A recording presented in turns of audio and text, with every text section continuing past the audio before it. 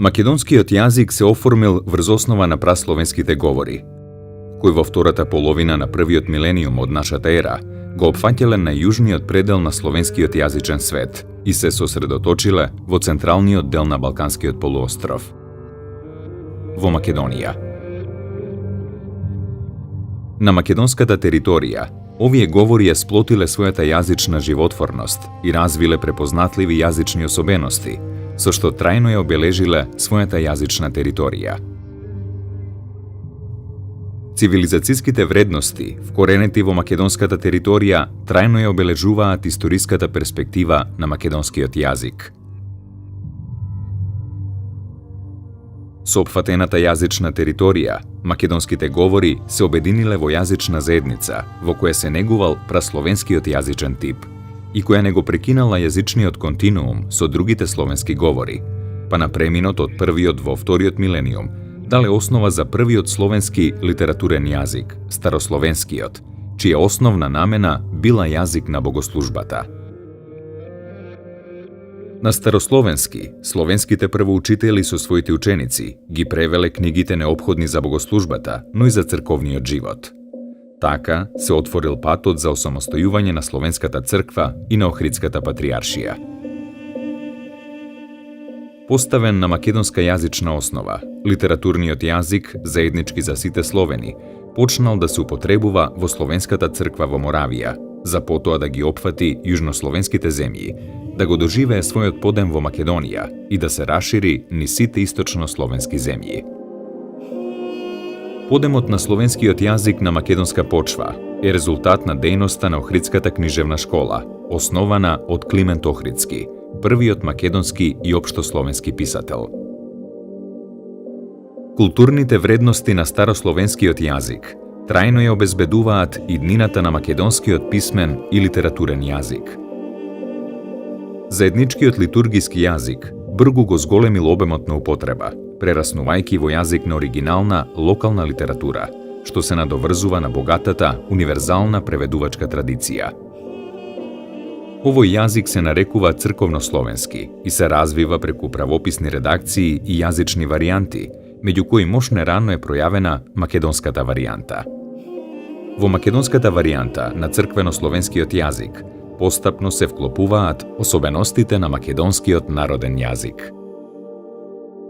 Македонскиот јазик веќе се разликувал од другите словенски јазици по затврднувањето на мекиот изговор на согласките, по промените во деклинацијата, по предпочитањето на одделни зборообразувачки модели. Особеностите на македонскиот народен јазик ја доживуваат литературната обработка во средновековната препишувачка и творечка дејност на Охридската и на Лесновската школа. Преку нив се наложувала обединувачката моќ на народниот јазик за етничко единство и за издигнување на македонскиот народ на рамниште на нација со препознатлив национален литературен јазик. Националната историја на еден народ е во тесна врска со развојот на јазикот и културата, одразени во науката и образованието, во литературата и во другите уметнички пројави.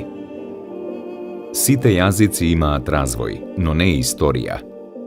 Историја имаат само националните јазици. Македонскиот јазик имал бурен и сложен развој.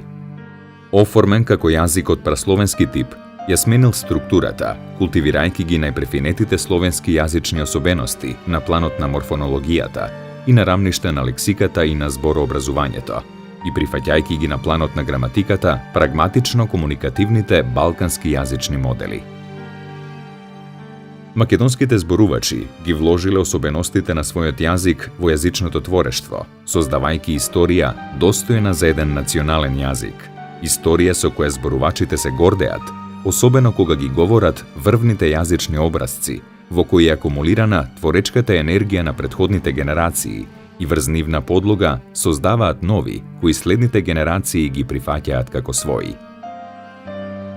Македонците создале препознатливо свој историски јазик, по кој се обединувале во јазична заедница и биле препознавани од другите, не само по говорената форма, туку и по јазичното творештво во писмена форма.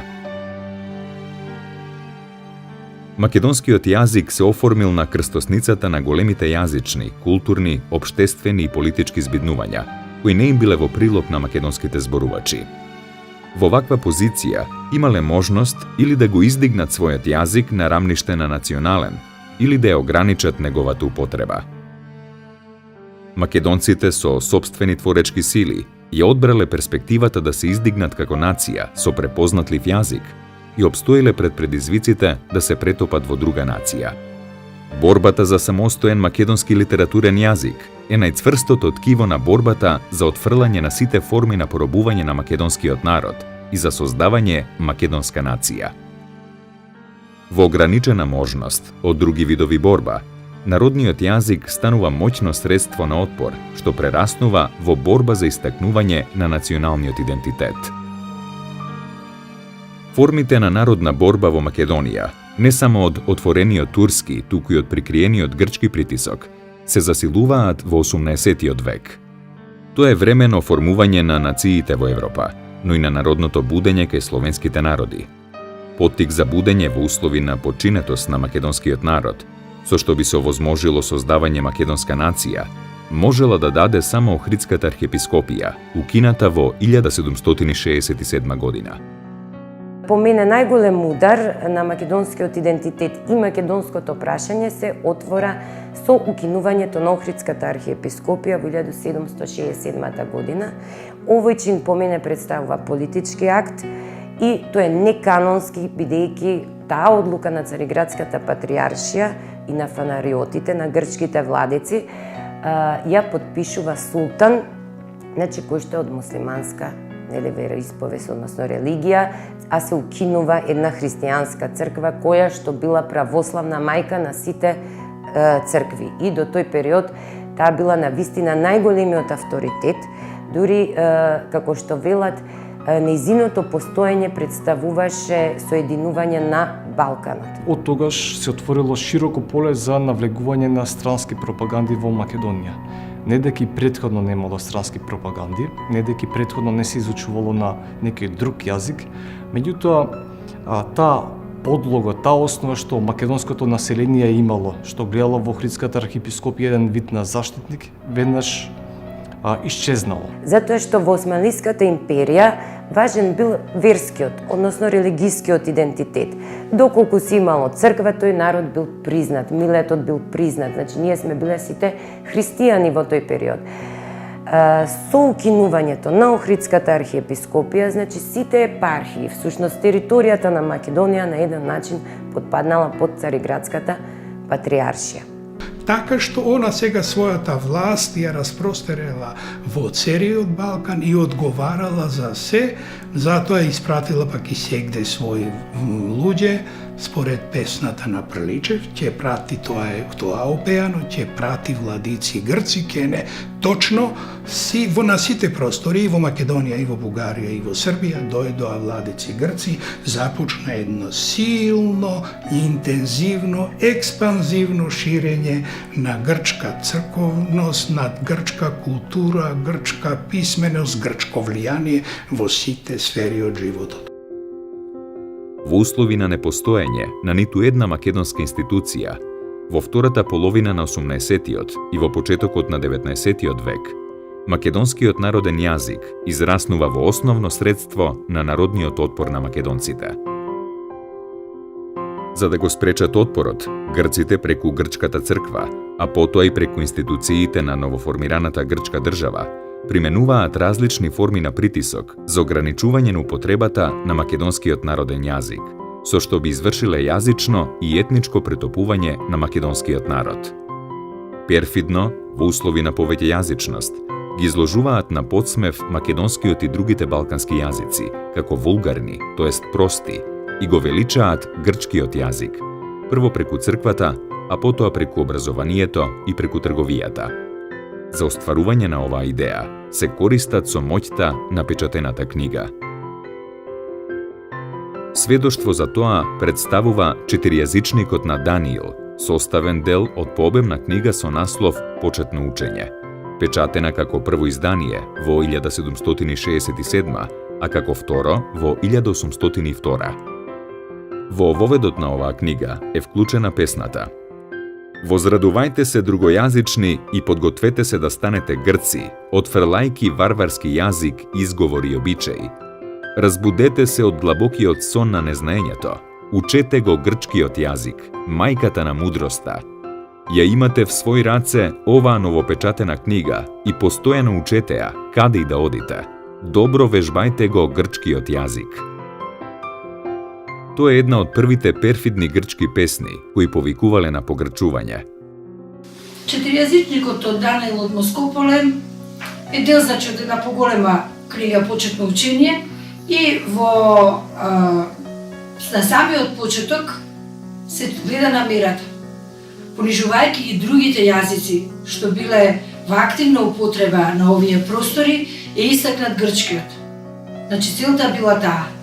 Но македонскиот дел од овој четиријазичник е работен од поп Стефан, кој што пак бил од Охридско, па отаму тој дел во тој дел е представена една охридска форма на македонскиот јазик и тоа може да се каже дека е почетокот за нешто што понатаму во 19. век ќе си има своја традиција да се пишуваат дела на македонски народен јазик.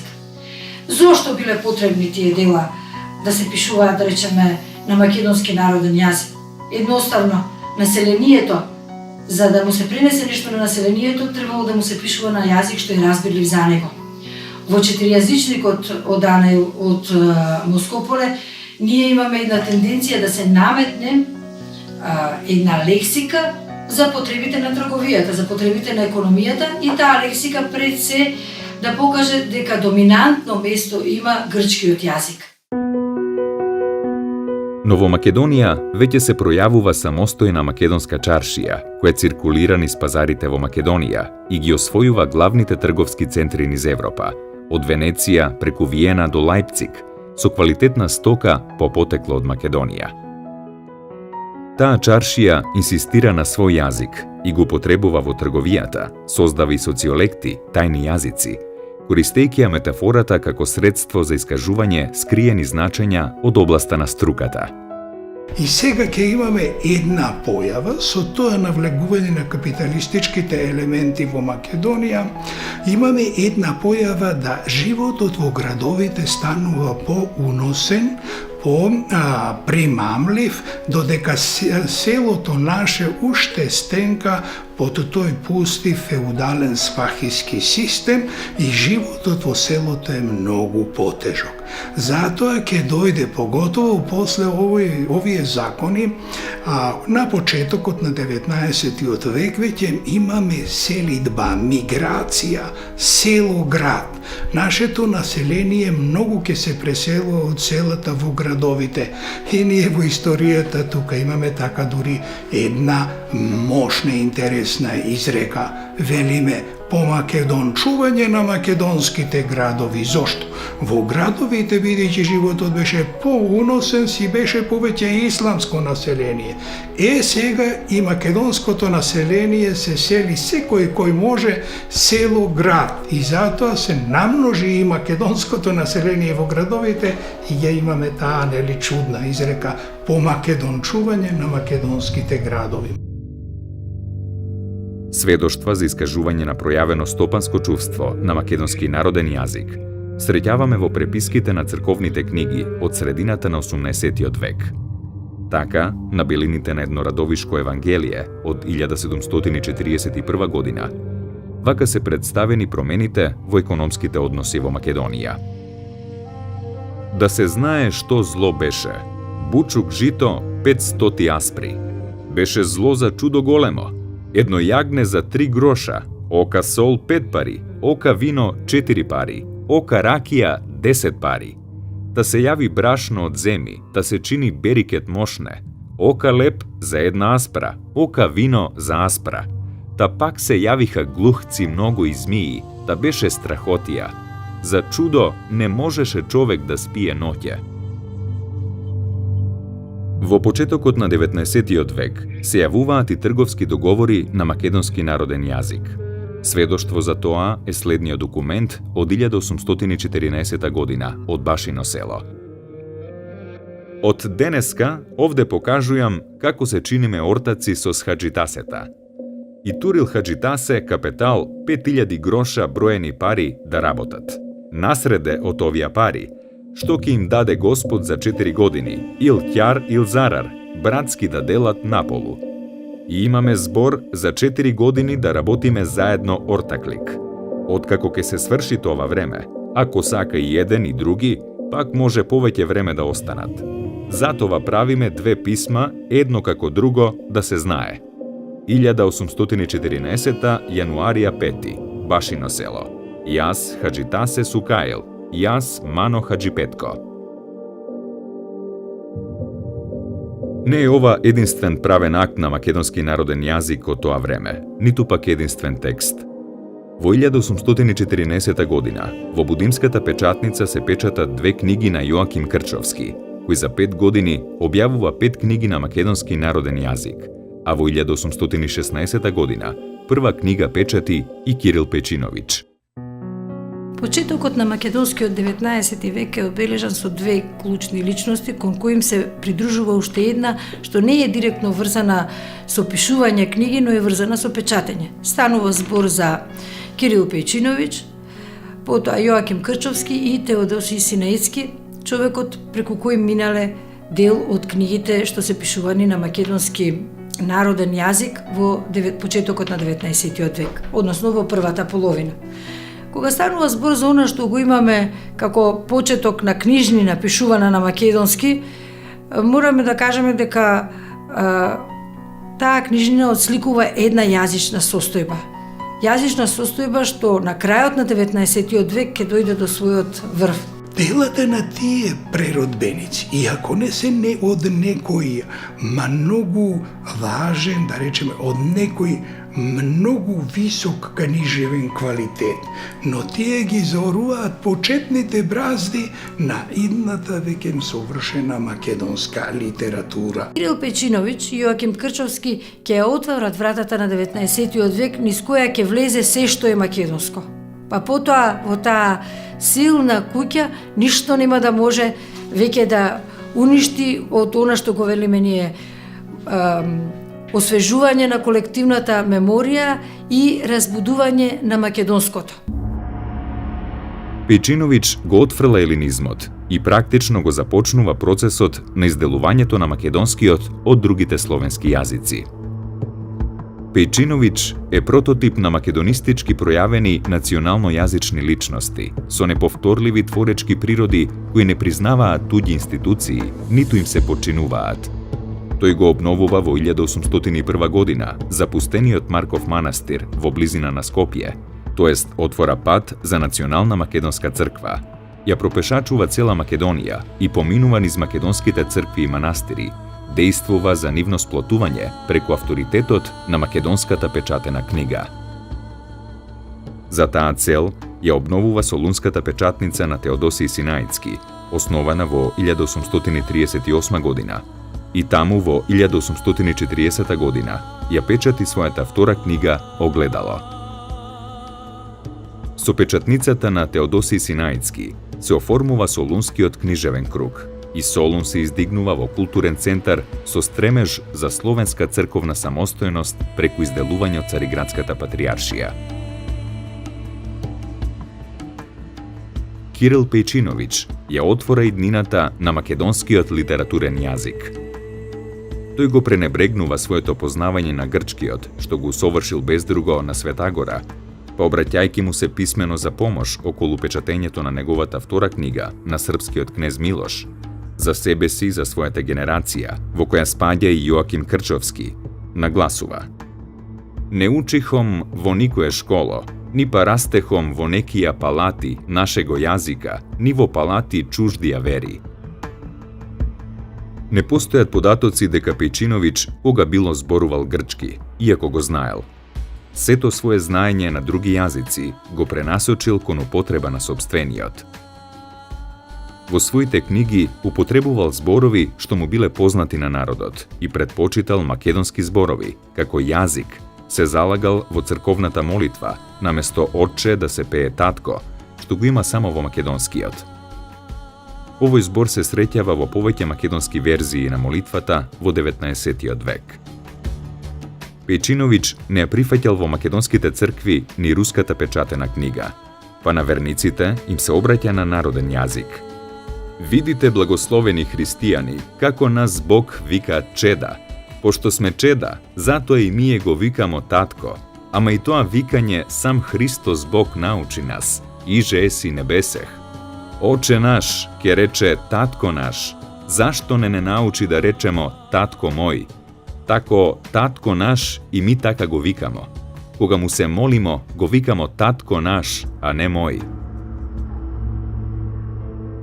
Пејчиновиќ не си обезбедил само печатница, туку и критичар и промотор во личноста на сопственикот на Солунската печатница. Имено Теодосиј Синаицки во предговорот кон огледало ја нагласува разбирливоста и достапноста на книгата пишувана на прост јазик. Литературната клима во Солунскиот книжевен круг прераснува во погодна општествена клима за употреба на македонскиот народен јазик. Печатницата и печатената книга се едни од клучните фактори за формување на општеството, нацијата, државата. Буквите од Солунскиот печатарски слог представуваат историски прототипови на македонски национални букви, промовирани од првиот македонски литературен критичар Теодосиј Синаицки и прифатени од првиот македонски писател со личен стил Кирил Пејчиновиќ. Делата на тие луѓе си имаат огромна улога во подемот на македонската национална свест.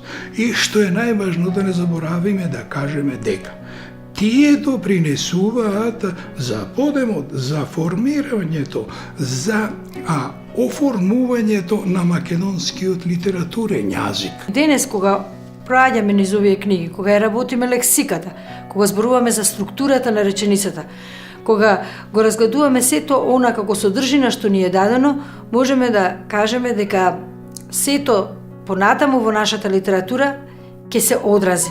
И ако се прави една лексичка сондажа, ќе се види дека на површина излегуваат македонските зборови, оние што не разликуваат од другите и оние што не прават да бидеме сосема посебни од соседните словенски јазици, а да не стане збор веќе за несловенските јазици, каде што не сме имале таква опасност да се поклопуваме.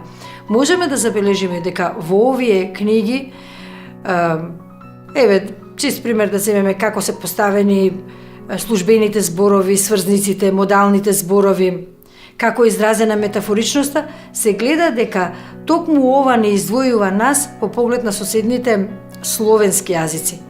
Дека текстовите во другите словенски јазици што се пишувани во овој период имаат поинаква лексика.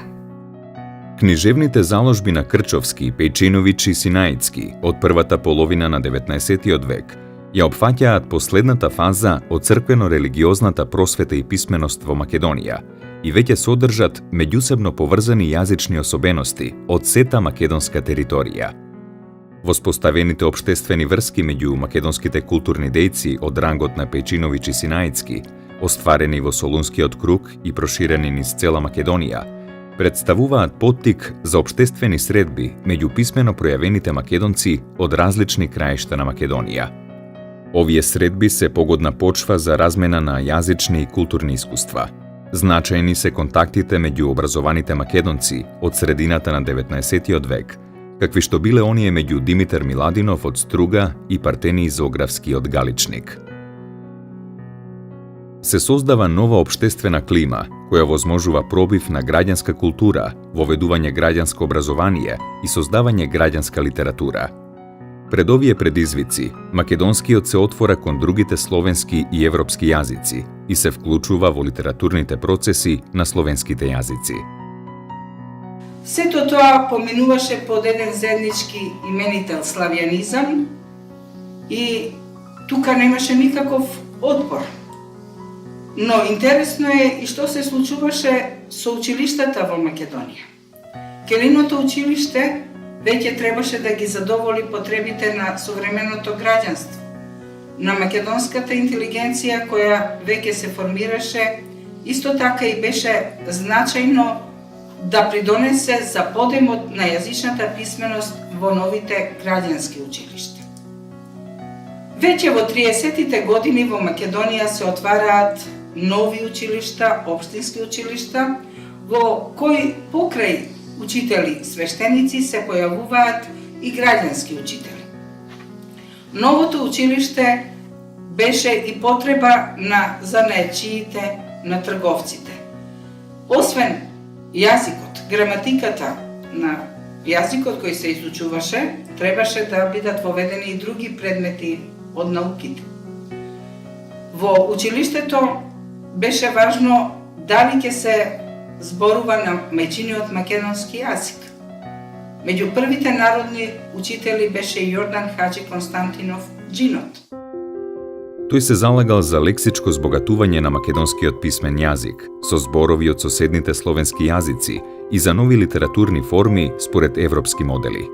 Употребува србизми и бугаризми во јазикот на своите текстови, во кои ја негува граѓанската поезија, драмата и особено афоризмите. Поезијата во Европа го доживеала романтичарскиот врв, но афоризми ретко кој пишувал. Джинот е еден од ретките. Ги пишувал на македонски јазик. Во непостоење на матичен културен центар, Джинот се сообразува и се вклучува во активноста на српските и на бугарските културни центри, како дописник во нивните весници и списанија. Треба да се има предвид дека Македонија, Бугарија и јужниот дел на Србија се составен дел на Турската империја, а главното бугарско културно средиште е со седиште во Цариград. Кон овој центар гравитираат и културните дејци од Македонија. Непостоењето сопствени културни медиуми станува причина македонските дејци да објавуваат текстови во бугарски и во српски весници и списанија.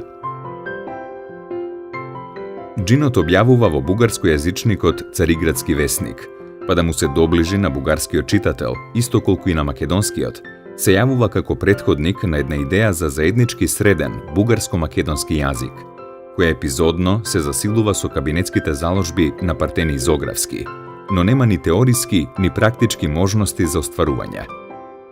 И редакцијата на весникот не го прифаќа јазикот на Джинот, па коментира: колку за јазикот на господина Јордана, секој може да види дека е толку различен од нашиот писмен и говорен јазик, така што кој првпат ќе го прочита, ќе му се види не само неразбирлив, туку и сосема разнороден.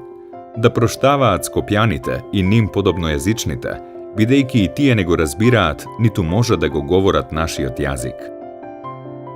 Јасен е ставот на редакцијата за меѓусебното јазично неразбирање, кое произлегува од разликите меѓу јазиците, различниот изговор и пројавените стремежи во писмениот јазик. Едно пошироко влијание кое имаше свој пандан на овие јужни балкански простори, нудеше заеднички јазик за македонците и бугарите. Илиризмот од Хрватска најде соодветство за заеднички јазик на овие простори за словените што остана јужно од Ниш под Отоманската империја. Джинот, кој што беше многу интересна и питорескна личност, зашто се пројавуваше и како народен учител и просветител, како оригинален автор, како журналист, етнолог, како книжевник, имаше став дека во тој јазик треба да има работи кои што треба да не се применат, затоа што се неприфатливи за македонците. Тој не можеше, иако имаше познавања лингвистички, толку теоретски да изгради еден став каква форма треба да земе тој јазик. Пишувајќи во статијата за литерите болгарски, за јусовите, тој ќе истакне дека тие му се туѓи на македонскиот говорител. Тој имаше право, затоа што во македонскиот не постои темен глас. Тоа е неприродно, тој ги нарече каравашко-вретенарски букви тие јусови, но тој мислеше за бугарскиот изговор, неприроден на македонскиот говорител. Во тие околности, на Партени Изографски, исто соработник во Цариградски весник, му останува во 1859 година да ги посочи разликите меѓу западното македонско и источното бугарско наречје, предвидувајќи го нивното издигнување на рамниште на два меѓусебно различни јазици. Можноста за заеднички јазик за македонците, бугарите, но и за дел од србите, како одраз на заедничкиот соживот во Турската империја, ја поддржуваат во некои своји текстови и Григор Прличев, Рајко Жинзифов и Кузман Шапкарев. Клучна поддршка на идејата за македонска национална посебност, пројавена во 60-тите години на 19-тиот век, беше создавањето одделен македонски литературен јазик. Македонците веќе имаа своја милениумска писмена традиција и предничеа во употребата на народниот јазик пред повеќето словенски народи, особено пред србите и пред бугарите. Но овој културен подвиг значително заслабна во текот на 19-тиот век, кога се ослободија прво србите и грците, а потоа и бугарите, и постапно формираа своји институции, од посебни цркви до посебни државни уредувања. Овој исчекор на соседните народи, наместо да биде олеснувачки фактор, стана пречка за националниот напредок на македонците. Јазичната ситуација во Македонија била отежната од организираните пропагандни акции на соседните земји за превласт над македонската територија, преку воведување на нивните јазици во администрацијата и во образованието.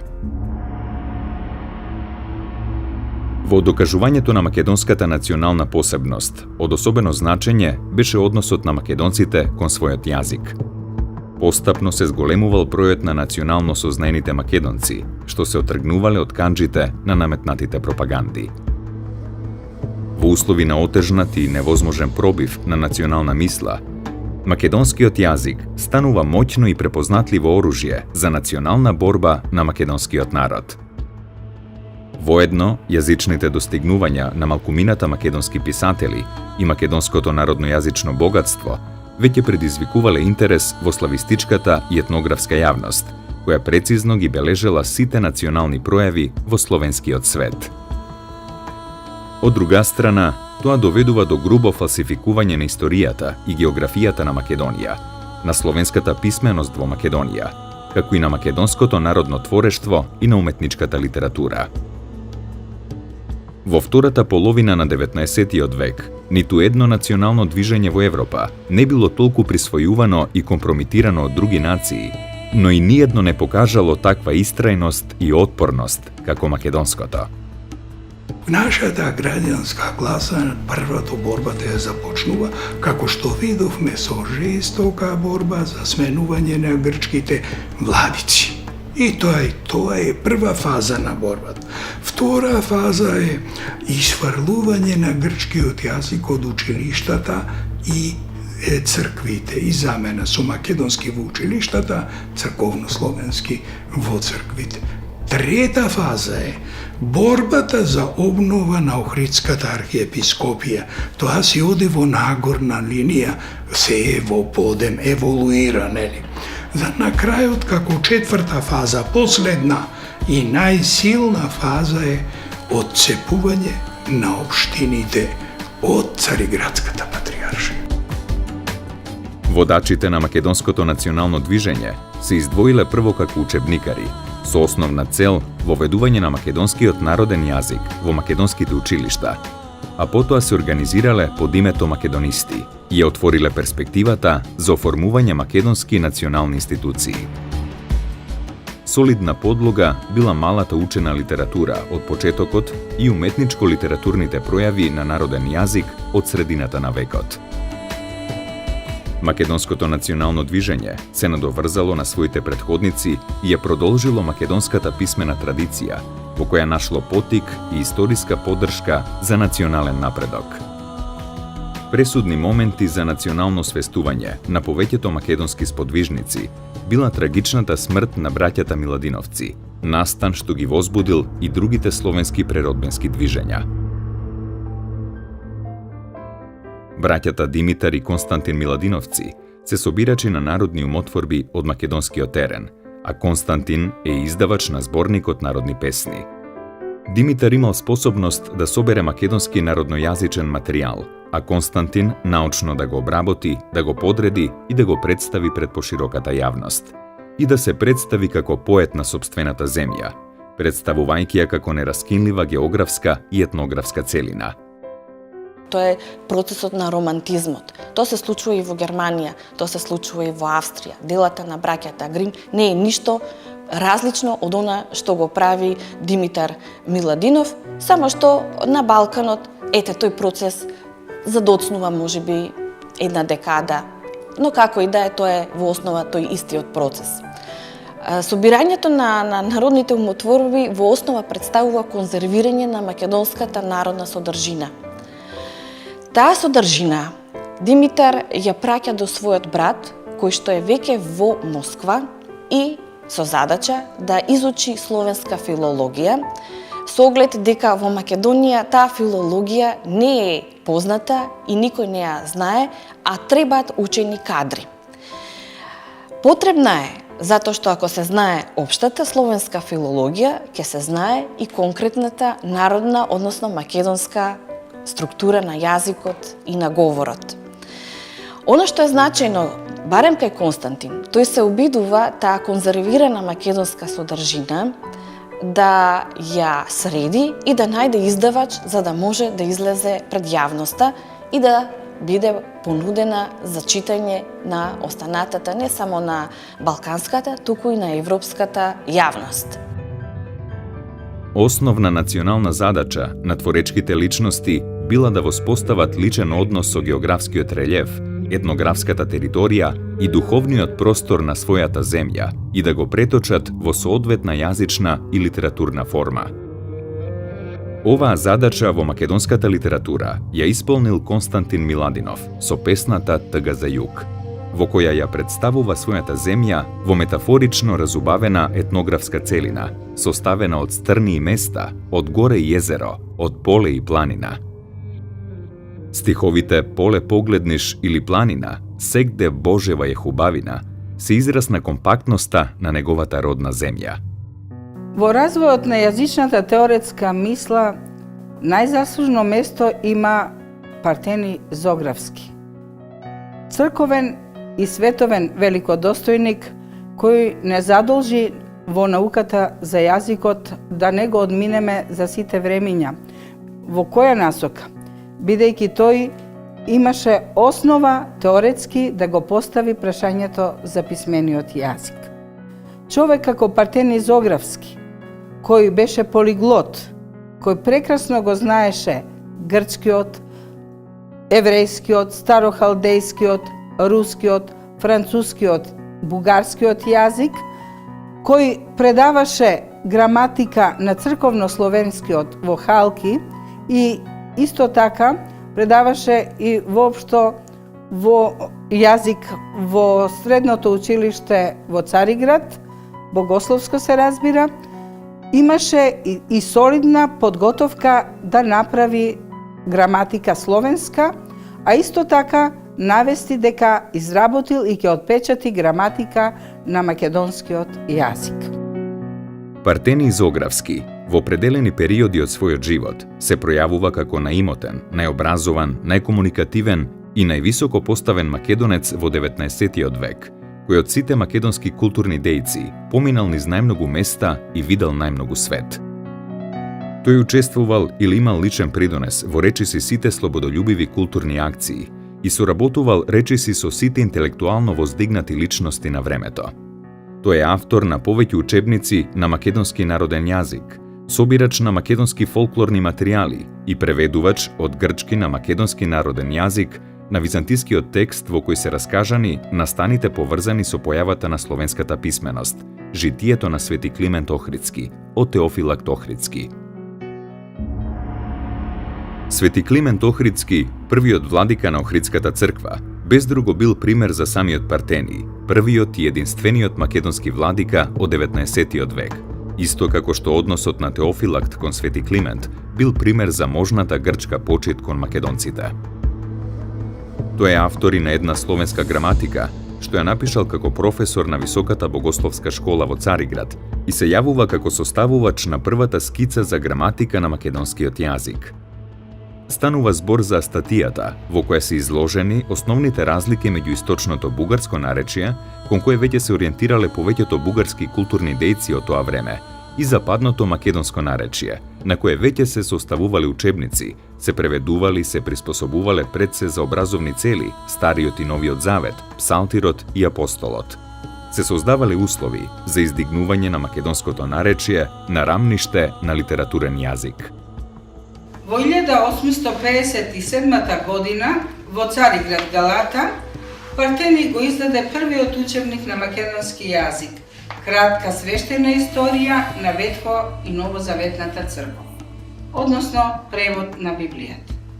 Колкава радост предизвика овој учебник кај македонското население, зборува еден запис на Жинзифов кој ја опишува неизмерната радост на родителите кои веќе разбираат што им читаат нивните деца од Светото писмо. Веќе следната 1858 година Партени го преиздаде началното учение од Анатолий Зографски по повод 10 години од смртта на неговиот духовен отец Анатолий Зографски. Тој таму даде еден дополнителен дел нравоучителни совети, во кој ќе истакне учи прво книга на мајчин јазик, а потоа учи на други јазици. Ако во свештена историја беше во основата галичкиот говор, веќе во нравоучителните совети Партени не само што го стави говорот галички во основата, туку направи и подбор од други дијалекти на Македонија, за да можат овие текстови да бидат прифатени за читателите пошироко од Македонија. Така што кај него веќе имаме смислен подбор на јазични елементи. Основна национална задача на филолошки подготвените личности во една земја е да ја посочат дијалектната основа и да извршат подбор на основните особености на литературниот јазик. Оваа задача во македонската филологија ја презел врз себе и ја исполнил во определена мера Партени Зографски. Може би сакал да даде препорака за еден македонско-бугарски јазик, но дал една споредбена македонско-бугарска граматика, од која македонскиот дел може да се извлече како скица за граматика и да се вклучи во основата на својата јазична матица, македонската. Партени Зографски ја проектирал основата на македонската јазична матица, што ја осмислуваат учебникарите, а ја прифаќаат македонистите. Многу значајно за Партени Зографски, кој е начело на оваа учебникарска дејност, е дека тој имаше своји следбеници. Имено, како непишано правило, во отсуство на унифицирана норма, неговите следбеници Димитар Македонски, потоа Димитар Узонов, Кузман Шапкарев, потоа Григор Приличев, во него имаа узус како да пишува. Григор Приличев представува особена фигура за македонската природба и во македонската културна историја, пред се како поет, како беседник, значаен за искоренување на грцизмот во црквата и во училиштата, и како личност со еден особен интегритет. Григор Приличев е најконтроверзната творечка личност на македонскиот 19 век. Тој е најупорниот литературен патешественик и највиртуозниот јазичен скитник во македонската култура. Се обидел да твори во различни литературни форми и на различни јазици. Живеел во време кога на Македонија и биле неопходни предводници во народното движење за слобода. Тој е првиот македонски народен предводник, прв што ги собира охриѓани во дворот на Свети Климентовата црква и држи народни говори. Без друго, и тој се угледувал на споменот на Свети Климент во Охрид и на Охридската црква, на настаните кога Свети Климент држал беседи пред своите воспитаници. Приличев застана на чело на народната борба против грцизмот во Македонија. Ги крева охриѓани на бунт против грчкото влијание во Охридската црква. Григор Приличев, како народен трибун, воспоставил врска со широките народни маси и им влеал народно чувство, со што го отворил патот за националното сознание кај македонскиот народ. Секако треба да се спомене и песната 1762 лето, која што Прличев ја пишува исто така со една желба, она што си го постави како задача во врска со искоренувањето на грцизмот. Споменато во автобиографијата дека за прв пат ја испеале на неговата свадба со Анастасија Узунова во 1869 година и се истакнува дека таа песна многу помага во искоренувањето на грцизмот во Охрид и останува како една народна песна символ за Охрид. Се разбира, во следните години со воспоставувањето на екзархијата се покажува дека и народните надежи, па да речеме и надежите на Прличев, не се оствариле во таа смисла дека не се случило поклопување на намерите на екзархијата со она што народот го очекувал. Екзархијата од своите централистички позиции на еден начин и ги спречува иницијативите на местните општини. На тој начин се случува и од таа причина се случува и конфликт со екзархискиот владика кој што бил донесен тогаш во Охрид, така што и поради тоа Прличев повторно го снаоѓаат, така да се рече, пресврти во животот, повторно го напушта Охрид и се завртува кон учителствувањето во Струга, понатаму во класичната гимназија во Габрово, работел и во Народната библиотека во Софија, а потоа повторно во гимназии во Битола и исто така и во Солун, каде што во текот на 1884 и 1885 година ја пишува и својата автобиографија. Заложбите на Партени Зографски, на Миладиновци, на Григор Прличев и на другите македонски културни дејци, вклучени во црковно-училишната борба за составување учебници на македонско наречје, отвораат пат за македонистите. Оваа македонистичка идеја од закрилата на учебникарската ја извлекува Ѓорѓија Пулевски, ја преземаат лозарите, творечки ја исполнува Марко Цепенков, а теоретски ја заокружува Крсте Петков Мисирков. Многу интересни се речниците на Пулевски во таа смисла што тој употребува македонски изворни наши зборови на местото на турцизми што и денеска ги употребуваме. Например, за чизми тој вели скорни, за чорапи вели партеници, за ленир вели исправаче, за послужавник што е сомнителен како македонски збор тој вели подавалник, за јасток подглавница, за јамбулија или за килим шареница, за кебаб печеница и така натаму.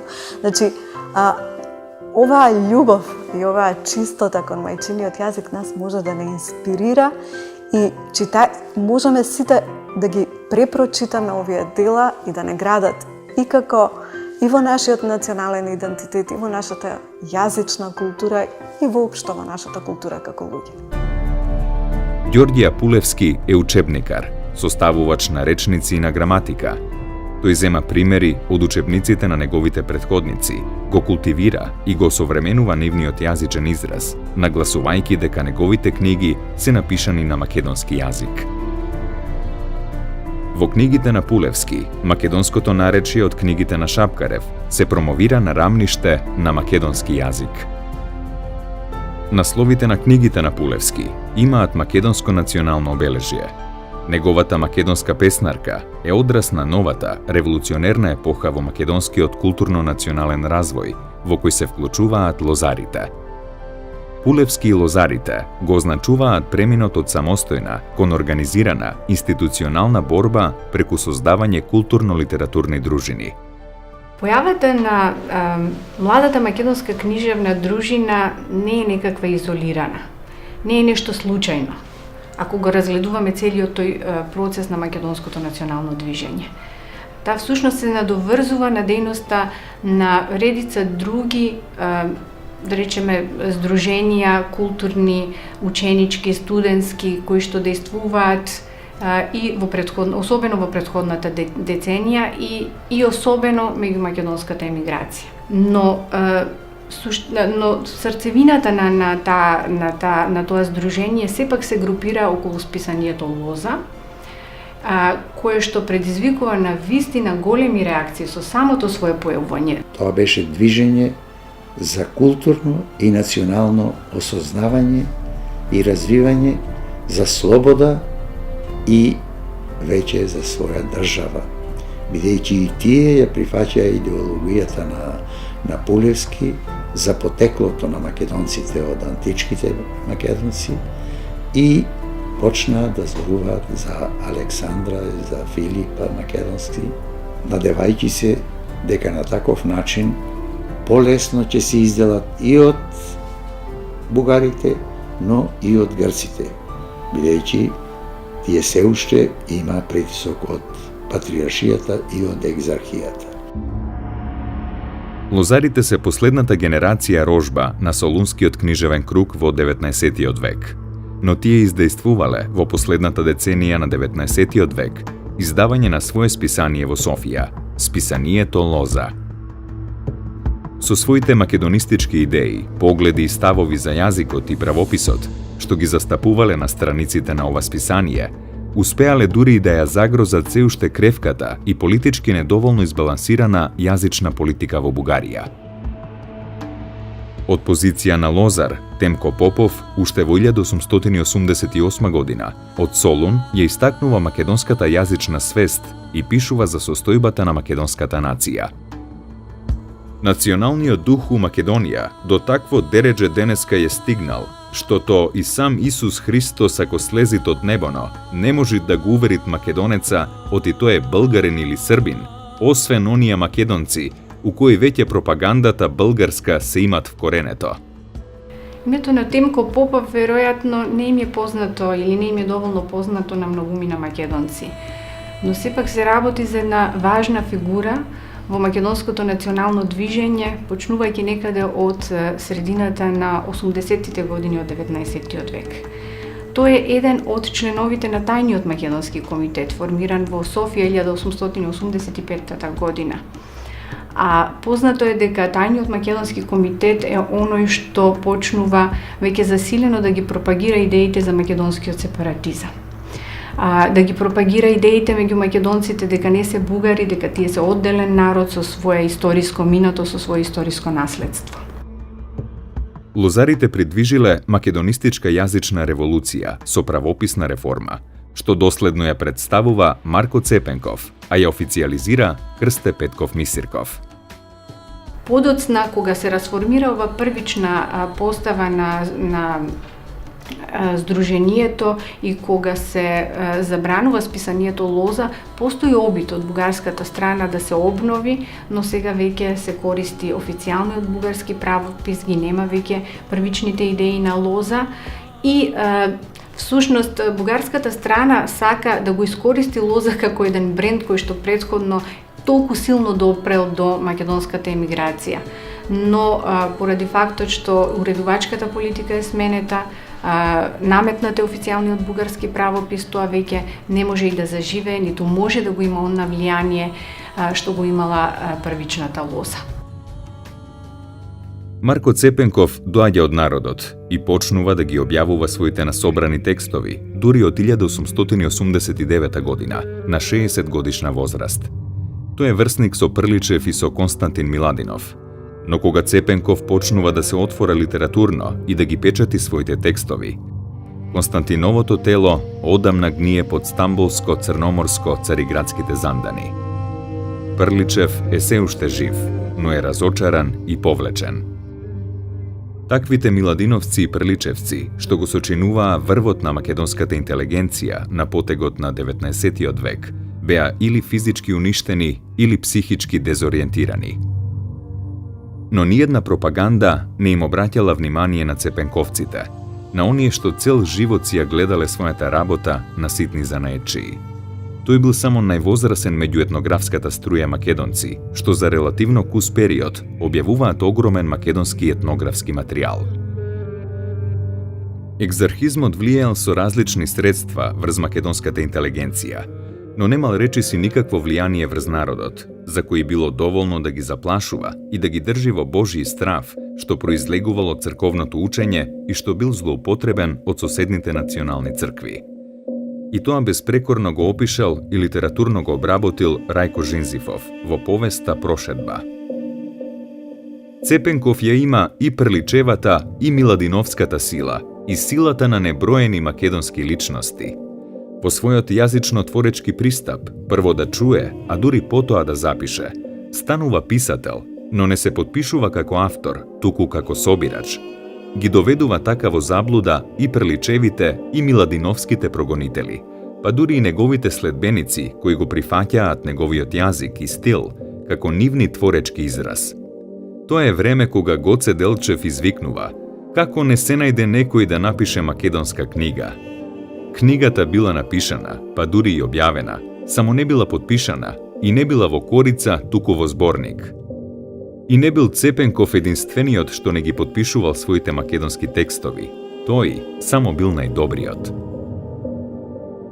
Генерациите што доаѓаа ја осознаа националната величина на Цепенков, како и на неговите современици.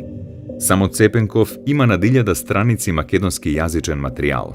Со Миладиновци и Шапкарев, како и со другите македонски и странски публикувачи, може да се зборува за неколку илјади страници објавени етнографски материјали, кои обезбедуваат збогатување на литературниот јазик со лексички средства од сите македонски говори.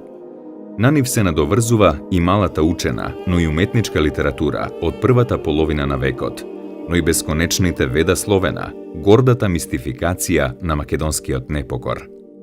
Непотпишан како автор, Гологанов се издигнува на рамниште на институција, на своевидна фабрика за архаични стихови, па заедно со Стефан Верковиќ како да оформуваат академија, која асоцијативно се вклучува во европската наука како соодветен партнер. Независно од веда словена, античките елементи во македонската народна литература веќе ги заинтригирале и најголемите лингвистички авторитети од тоа време. Според тоа, периодот од Пулевски до Мисирков е исполнет со можеби најзначајните процеси во македонскиот развиток, кога се оформуваше македонската национална свест и кога македонската национална мисла се кристализираше како програма што предпоставуваше неколку пунктови. Прво се работеше за афирмација на македонците како одделна нација.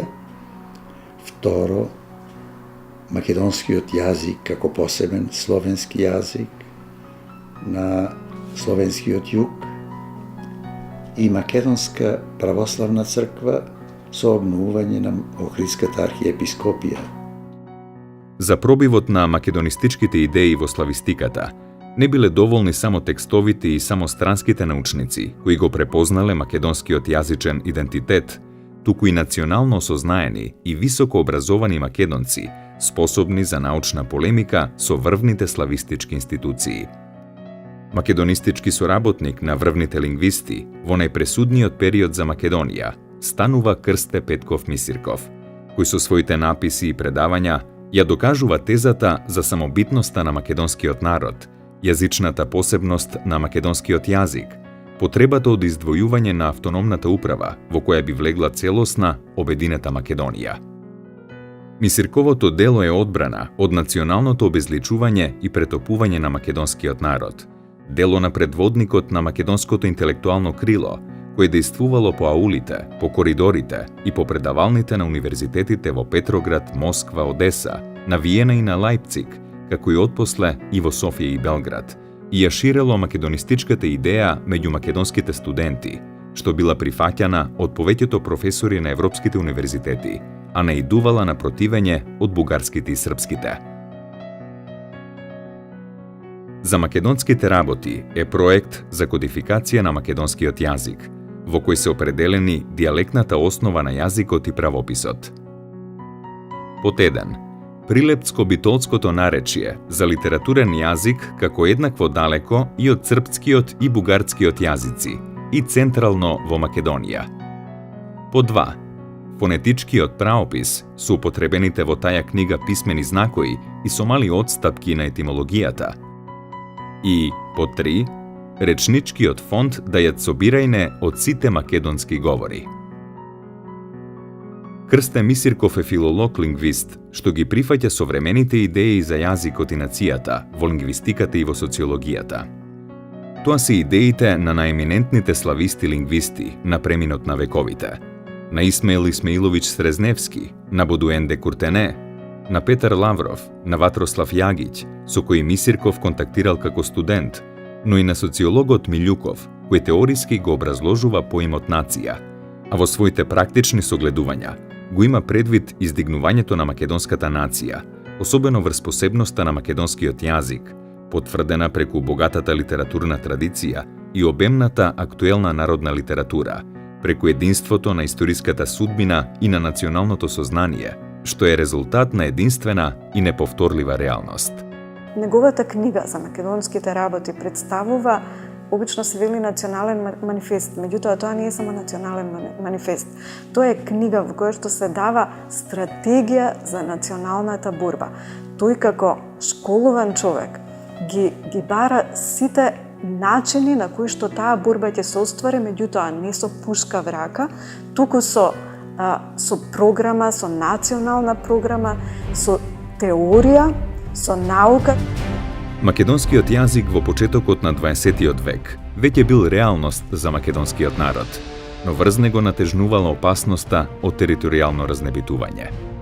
Во своите текстови Мисирков јасно се представува како македонец со македонско национално чувство, кој останува непоматено ни сите премрежија на неговиот емигрантски живот, испреплетен со трагичната судбина на неговиот народ од времето пред и по Илинденското востание, до предбалканските и по Првата светска војна, кога македонското национално прашање се потурнува под прашливите теписи на речиси сите европски дипломатии и останува забетонирано до предвечеријето на Втората светска војна. Но не и македонскиот јазик. Тој се проткајува низ растроените македонски територии. Македонскиот во 1924 година го печатат грците во атинскиот абецедар под меѓународна директива во услови на целосна забрана за негова употреба. Македонскиот прозвучува во 1928 година, поддржан со громогласен аплауз низ сцената на Скопскиот театар, испакнува на страниците на Скопскиот српскојазичен печат и се вкоричува во рациновите бели мугри, објавени во близина на Загреб во 1939 година, 60 години по македонска песнарка на Ѓорѓија Пулевски. Македонскиот се институционализира како јазик на македонскиот литературен кружок во Софија, од чии редови произлегуваат стихозбирките на Коле Неделковски, Маскавици, во 1940 и Пет по светот во 1941 година. Во текот на Втората светска војна, македонскиот е официјален јазик на македонската војска, на партизанските одреди и дивизии, како и на општествено-политичкиот и културно-уметничкиот живот на слободните територии. А од првото заседание на АСНОМ, на 2 август 1944, македонскиот народен јазик се заведува како службен јазик во македонската држава, доживувајќи ја својата афирмација како единствена целосна татковина на македонската нација.